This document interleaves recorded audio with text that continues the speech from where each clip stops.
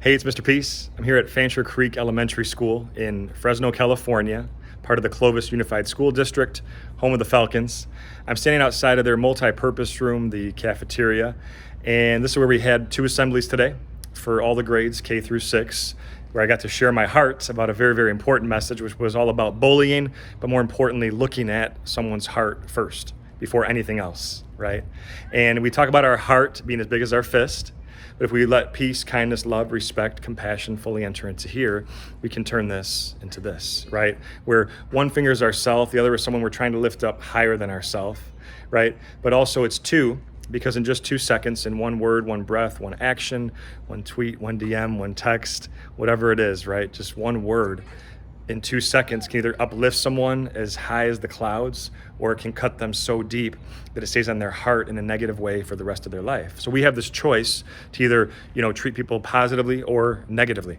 And hopefully we're choosing to really uplift them, higher than ourselves, to lift them up, to raise them up.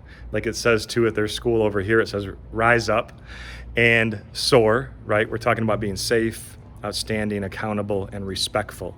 And this message really, really does tie into that last R of the acronym that they push all around their campus here at Fancher Creek, right? Part of the SOAR acronym is to be respectful, right?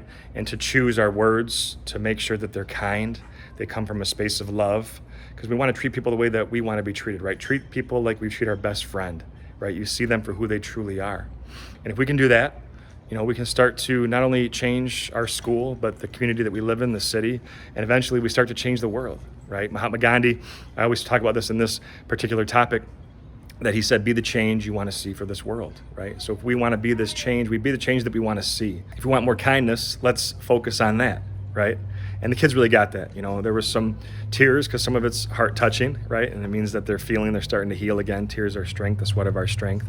But a lot of students that came up to me afterwards and said, Mr. Peace, this was the greatest speech I ever heard in my life, that this really, really touched my heart. I'm going to take so much of what you said home and start to live my life out of this space of love, out of kindness. And if we can do that, right, just one person, and we take that with us, we can start to make a huge difference. And for them to understand that at a very young age, that we have that power to really make this lasting change, right, in ourselves and the people around us, that's huge. And that means that we have to work on overcoming any current pain or past pain or future pain that we're going to go through, right? We're human beings, we will experience pain, but we always have a choice how to respond to that. We can turn that pain into greatness. We can turn hurt people who hurt people, but we also reinforce that lesson in today's presentations into healed people who heal people, right? And once we become healed, we can go now share that kindness with others, right?